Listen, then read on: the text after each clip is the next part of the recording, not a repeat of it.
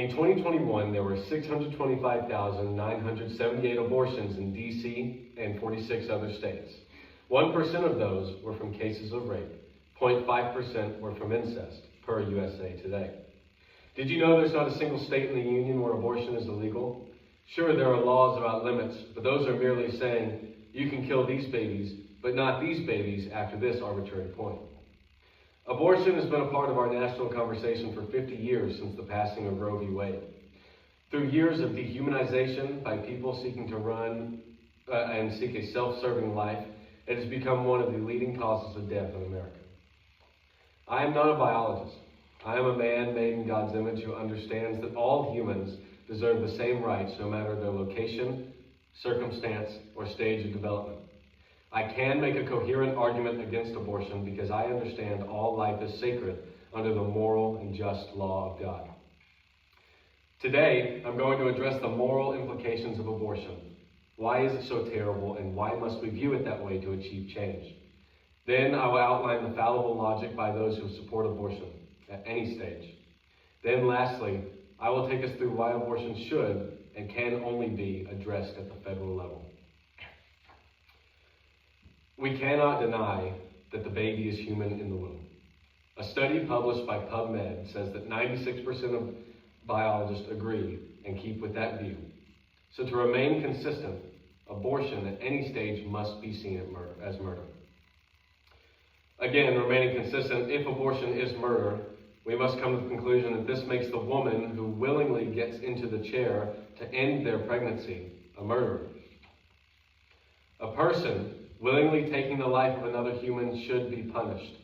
Therefore, the woman willingly getting this procedure should be treated as what she is. If we are looking at this from the Christian worldview, that punishment is death, because it's the only way to bring justice to the life lost. See Genesis 9:6. Knowing the moral implications of abortion, we should address our next point. These are many of the common arguments that we see from people who support abortion. But what if she's raped or the baby is conceived through incest? Surely we shouldn't force her to carry to term. We've already established that this baby is alive from conception. Biologists back us up in that claim. So its circumstance of how it was conceived doesn't make it any less so. There's no argument that rape and incest are horrific. But tell me, what evil has the baby done? The woman has already gone through a terrible ordeal. Why should we turn her into a murderer? To achieve justice for the woman and the child, we must punish the one who committed the evil, which in this case is the father. Another common argument is that it's my body. I can choose what I want to do with it. This is a flawed argument, and it's used by people who suppress the truth. See Romans 1:18. And they deny the fact that the baby in the womb is a separate human. This is fundamentally untrue. When you engage in the act of reproduction, you give yourself to the probability of pregnancy, surrendering that autonomy. Also, as we've already established, the baby is alive. It has unique DNA from conception. And these are only two of the many widespread arguments in favor of abortion. And now that we've addressed them adequately, let us finally discuss why abortion itself must be addressed at the federal level. As a nation, we are founded on principles of life, liberty, and the pursuit of happiness. So why do we neglect the preborn? This is a human rights issue, and the federal government should address it, much like we address slavery. The same reasoning used against the preborn is the same used by Southern plantation owners that was to keep black people enslaved. They aren't human, or it's for their own good when talking about poverty. We are in the same situation now as we were then. We are amid a holocaust of the preborn.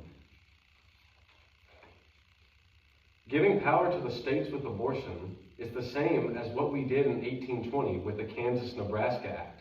The federal government is essentially washing their hands of it and allowing more depraved states to subjugate these unprotected people. So, knowing this connection between slavery and abortion through language, and that this is a human rights issue, much like slavery was, there is little argument that it must be addressed at the federal level. Because if we allow murder of the preborn in some parts of our union, the whole country must answer for the blood on its hands. So, we have addressed the moral implications for abortion, and we have addressed how to address the fallible logic of the pro-abortion argument. And then finally, we have gave reasoning as to why this must be addressed at the federal level as a human rights issue. This is a heavy topic, I know, but we cannot shy away from it because it's uncomfortable, just as our federal government did to our black brothers and sisters in 1820. To achieve a more perfect union, where everyone has the chance to achieve life, liberty, and the pursuit of happiness, we must protect all life, even the preborn. Thank you.